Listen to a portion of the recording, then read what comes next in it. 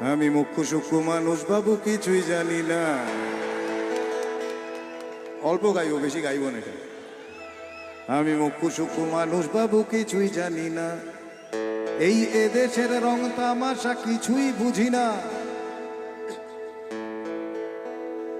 আমি মুখ্য সূক্ষ্ম মানুষ বাবু, কিছুই জানি না। আজকে যিনি দক্ষিণেতে,